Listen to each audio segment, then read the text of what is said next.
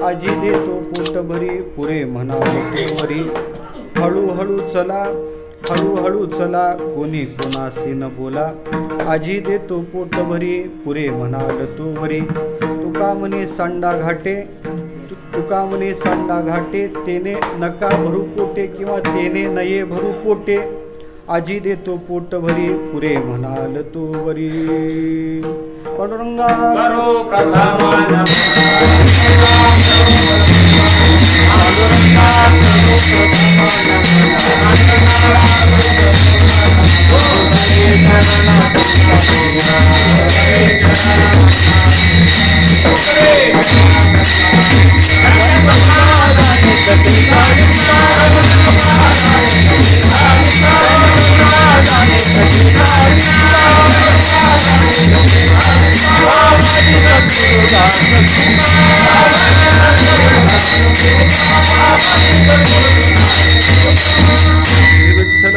सुकरुणार्णवमाशुतोषं दिनेष्टपोषणं मगसहन्ति सिन्धुशोषं. श्रीरुक्मिणीमतिमुषं पुरुषं परन्तं वन्दे दुरन्तचरितं हृदि सञ्चरन्तं. ज्ञानेशो भगवान् विष्णु निवृत्तिर्भगवान् हरः सोपानो भगवान् ब्रह्मा मुक्ताख्या ब्रह्मचित्कला. कथं यातोऽसि वैकुण्ठं मानवं देहमत्यजन्. तुकाराम महासाधु कृपया ज्ञापयस्व मां. सम्पाद्य ज्ञानञ्च विधाय भक्तिं विलोकितो येन समाधिराजः. वैराग्यवन्तं सुविचारयुक्तं नमामि जोगं शिरसा गुरुं तं विठल.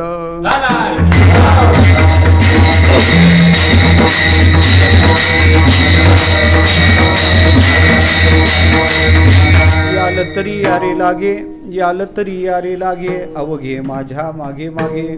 आजी देतो पोट भरी पुरे म्हणाल तू वरी.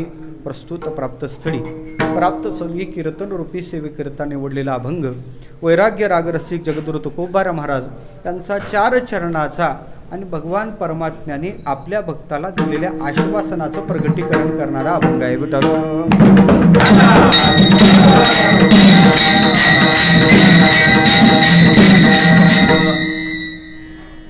कीर्तनाला आरंभ करण्यापूर्वी परिहार द्यायचा तो असा दरवर्षीप्रमाणे याही वर्षी तसा दरवर्षीचा उत्सव महाराजांनी आत्ताच सांगितला का माऊलीच्या समाधी उत्सवाला तो कार्यक्रम होतो पण हे प्रस्थानच्या वेळेस होतो. पण यावेळेस नेमकं अशा प्रकारचं कोरोनासारख्या महामारीनं जगाला विळखा घातल्यामुळं सर्वत्र अशा प्रकारचं दहशतीचं वातावरण आहे आणि त्याच्यामुळं ते कीर्तन तो उत्सव त्या काळात न होता आता आपल्याला जो वेळ भेटला त्या वेळात ते चिंतन करावं म्हणून या उत्सवाचं आयोजन अशा प्रकारचं झालेलं. पूजनीय परमश्रद्धेय सुदाम बाबा यांच्या मार्गदर्शनानं आशीर्वादाने आमचे आदरणीय अशोक महाराज आदरणीय रामेश्वर महाराज आदी करून मंडळीच्या उपस्थिती सहकार्यात उपस्थिती आमच्या आदरणीय ज्येष्ठ गुरुबंधू असणारे श्रद्धेय आमचे सुभाष महाराज गेठे आहेत, प्रमोद महाराज आहेत, माऊली पिंगळे माऊली आहेत, त्याचबरोबर एका ते काय गणू अपार आहे. सगळ्यांच्या विषयी अंतःकरणात आदरभाव प्रकट करतो. सगळे ज्येष्ठ श्रेष्ठ गुरुबंधू आहेत, चांगल्या प्रकारचे गुणीजन आहेत. प्रत्येकाचं आमच्या गोड अशा गंधर्वासारखं गायन असणारे खामकर महाराज आहेत. त्याचबरोबर मृदंगाची साथ करणारे नरवडे महाराज गुरुजी आहेत. त्याचबरोबर कृष्णा महाराज आहेत. आदी करून सर्वांच्या उपस्थितीत आपल्याला ताकापुरतं रामायण करायचं आहे.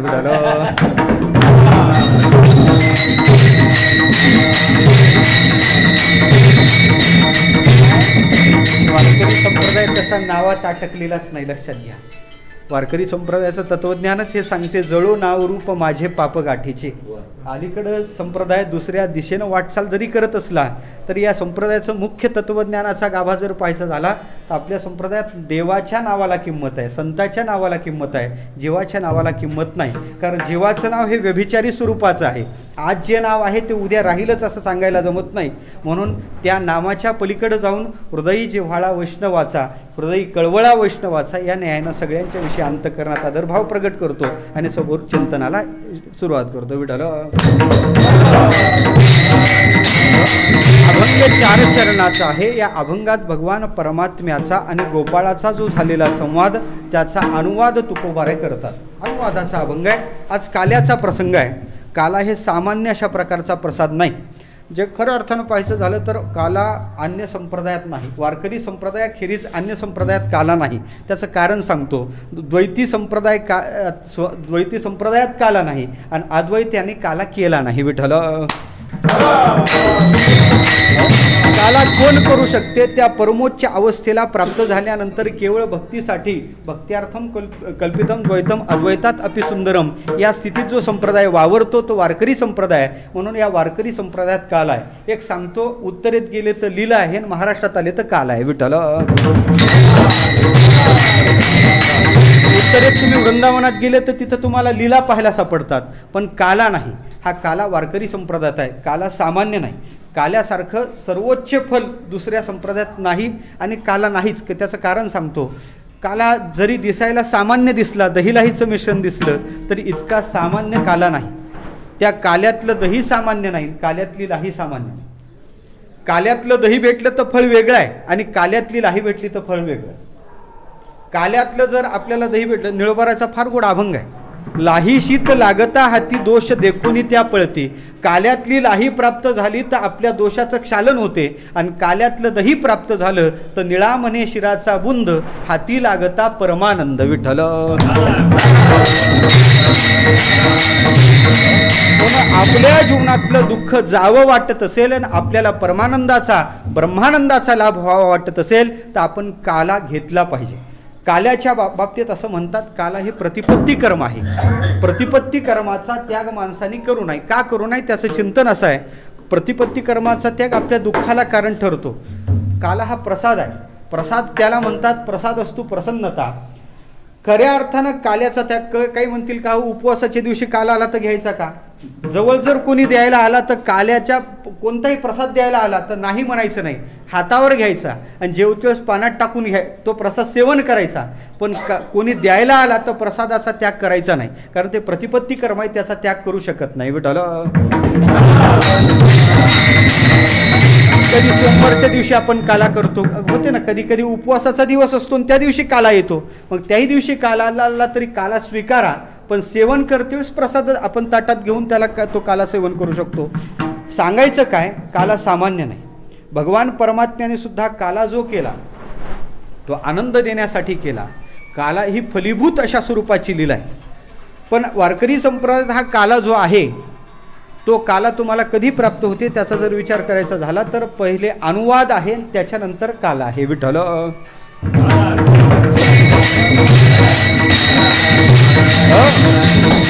काला अनुवादाशिवाय नाही आणि अनुवादही आणण्याचा नाही.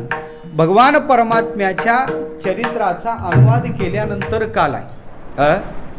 कारण जीवनात वेगवेगळ्या प्रकार आपण जीवन जगत असतो. कधी वादात, कधी प्रवादात, कधी संवादात, कधी दुर्वादात आपलं जीवन जाते. एक सांगतो, जीवनात वाद नसावा, वादो नावलंब्या. उभा राहीन वादावादी तरी फंदी सापडे. तुकोबा म्हणतात, आपल्या जीवनात वादात घालण्यापेक्षा वाद नको, म्हणून वाद नको. प्रवाद खऱ्या अर्थानं पाहायचं झालं तर तो पंडितात चालतो. प्रवदंती पंडित लोक करत असतात. खोटं छान पण रेटून हान, अशा प्रकारचं मत कधी कधी त्याला प्रवाद अशा प्रकारचा होतो. प्रवदंती पंडित लोक ते प्रवाद करतात, पण त्याच्याही पलीकडे आहे महाराज विवाद. मी म्हणतो विवादही नसावा, पण देवासाठी जर करायचं झाला तर काही हरकत नाही. विवाद ती जयासाठी तो जगजेठी विठ्ठल. विवाद आपल्या जीवनात देवाच्या संबंधानं असावा. त्याच्याही पलीकडे आहे दुर्वाद. दुर्वाद नको. दुर्वाद नको याचा अर्थ आहे अशुभ न बोलावे वाचा, वाईट बोलू नये. आपल्या मुखानं वाईट बोलून त्याचा दोष आपल्याकडे घेण्यापेक्षा दुर्वाद टाळला पाहिजे. आणि त्याच्या पलीकडला आहे संवाद. योग्य अधिकाराचे दोघंजण असतील तर त्या संवाद होतो, आणि संवाद जर झाला तर त्या संवादाचा कधीतरी अनुवाद आपल्या जीवनात करावा. मी म्हणतो देवभक्ताचा संवाद आहे आणि देवभक्ताच्या संवादाचा अनुवाद आपण केला पाहिजे. विठ्ठल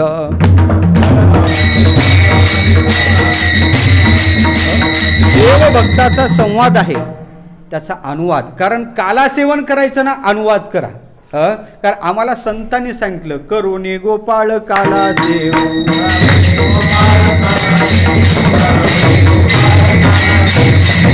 अनुवाद सदा सर्व अनुवाद सदा करुणी गोपाळ काला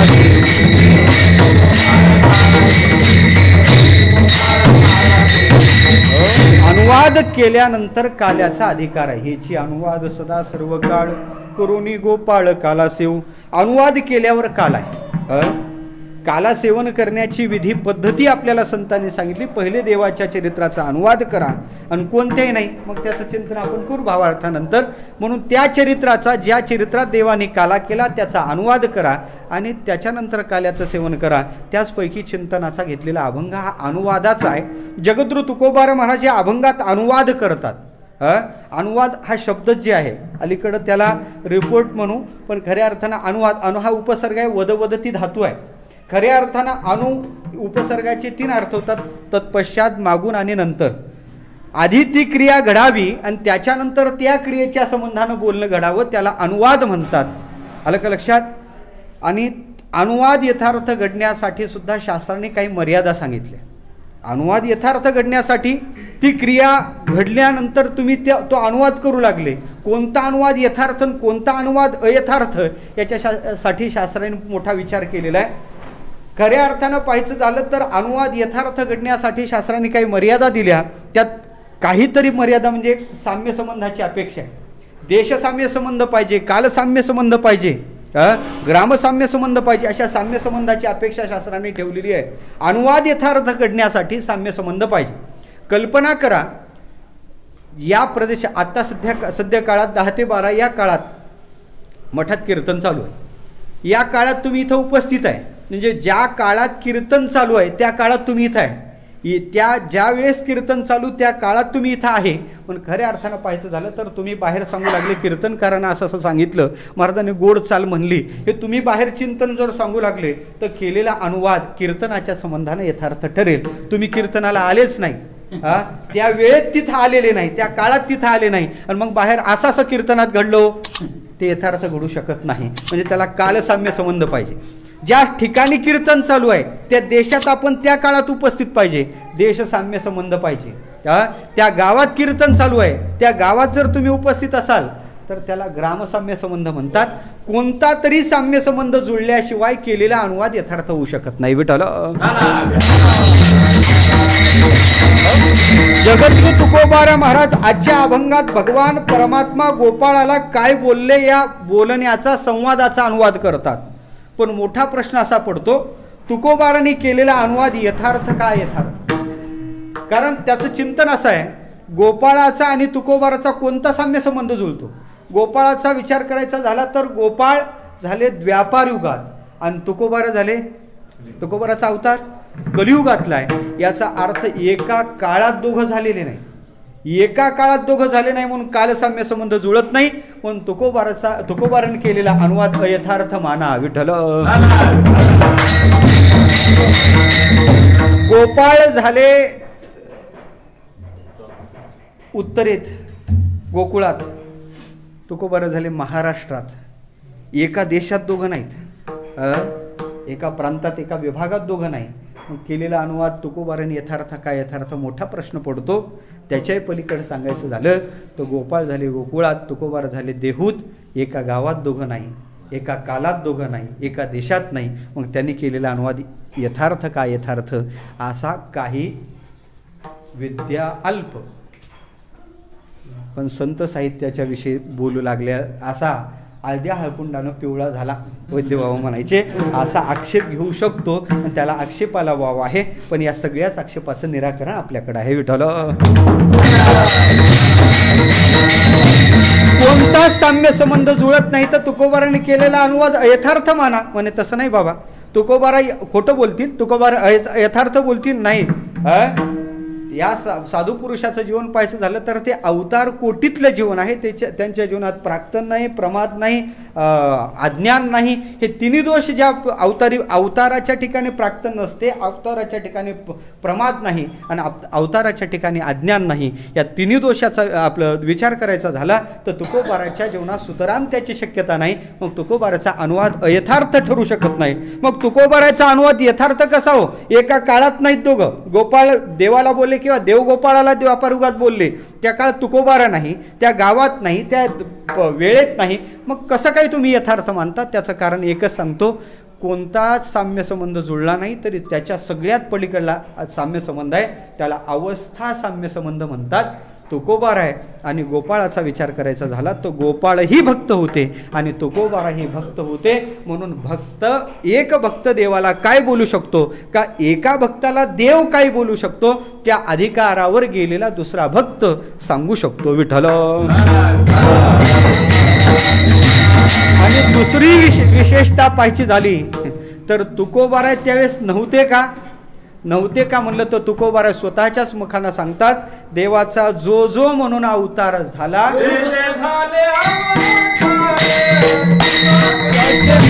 बरोबर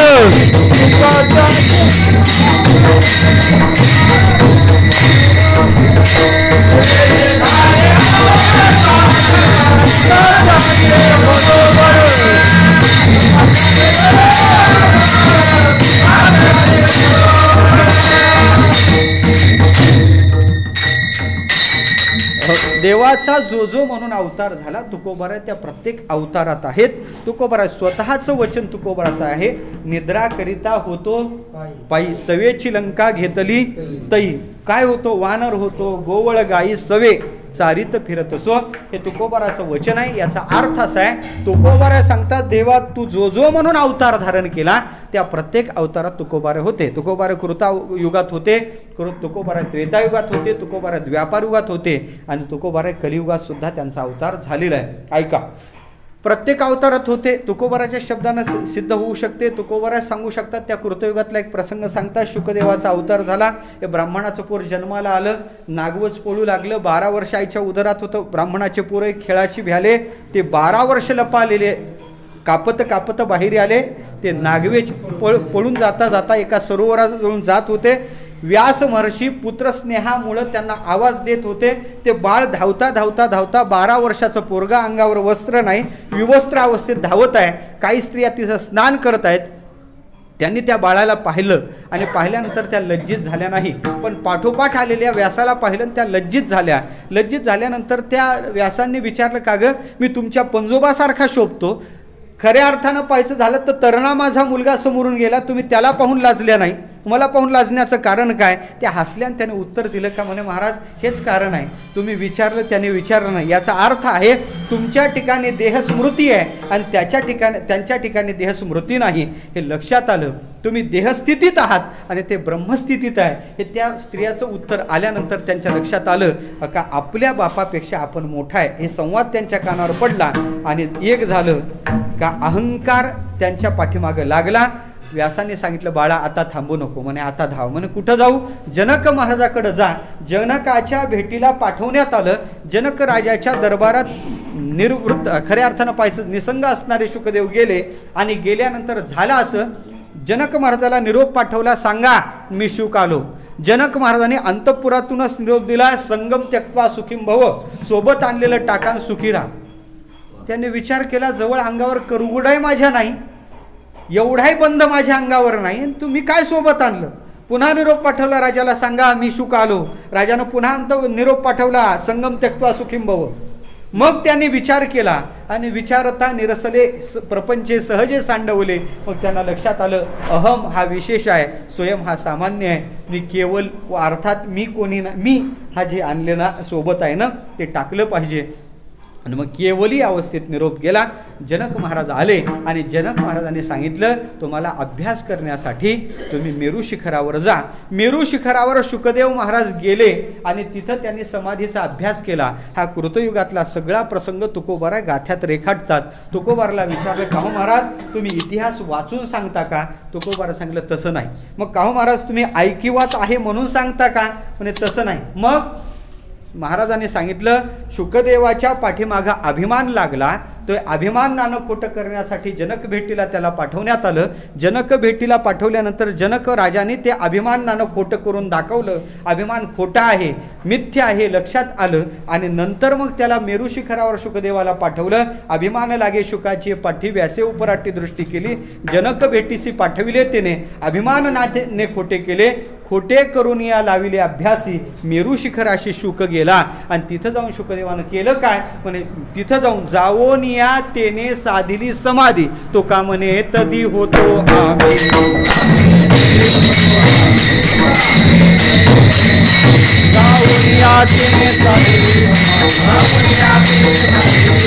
जावोन या तेने साधिली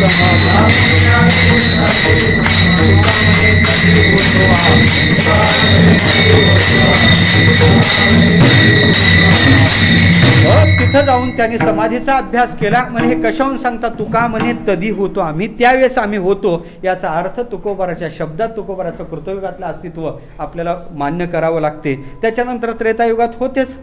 त्याच्यानंतर द्वापारयुगाचा विचार करायचा झाला तर माझा बाप जन्माला आला. झाला असं गर्दी झाली. कितीतरी दिवसांनी नंदाला बाळ झालं. एवढी दाटी झाली पूर्वीचे घरं. आणि त्याच्यात त्या सगळ्या स्त्रिया त्या गोकुळातल्या पाहायला आल्या. मुलगा कोणावर गेला पाहण्यासाठी आल्यानंतर गर्दी झाल्यानंतर साहजिक असं झालं, गर्दी जास्त झाली.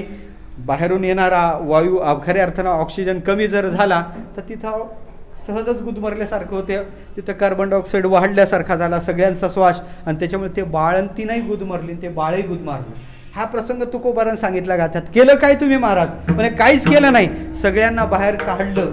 एकीला आत सोडायचं, एकीला बाहेर काढायचं. एकी आडोनी दुसरी तो का ते थेवारी. मी एकीला आत सोडायचं आणि एकीला बाहेर काढायचं काम केलं. याचा अर्थ तुकोबाराच्या शब्दातच तुकोबारा द्वापारयुगात होते हे सिद्ध होते. मग खऱ्या अर्थानं पाहायचं झालं तर कृतयुगात आहे, त्रेतायुगात आहे, मग द्वापारयुगात कालसाम्य संबंध जुळतो. त्याच्यानंतर दुसरा विचार करायचा झाला तर देशसाम्य संबंध जुळतो का?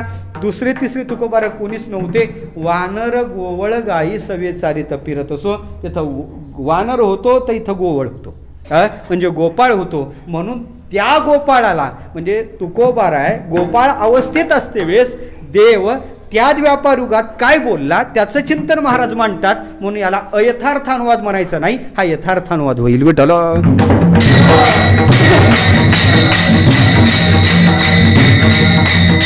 असा अनुवादाचा 4 चरणाचा गोड अभंग आहे. यथार्थ अनुवाद आहे. त्या अर्थी ज्ञानोबारा अनुवादाला प्रवृत्त झाले, यथार्थ अनुवाद होईल. नामदेव महाराज अनुवादाला प्रवृत्त झाले. ऐका, एखाद्या साहित्यिकानं केलेला अनुवाद वेगळा, एखाद्या भाविकानं केलेला अनुवाद वेगळा आणि एखाद्या सत्पुरुषाने संतांनी केलेला अनुवाद वेगळा. त्याचं कारण सांगतो. साहित्यिक ज्ञानाच्या कक्षेनं, शब्दाच्या कक्षेनं, शब्द पांडित्यावर अनुवाद करेल.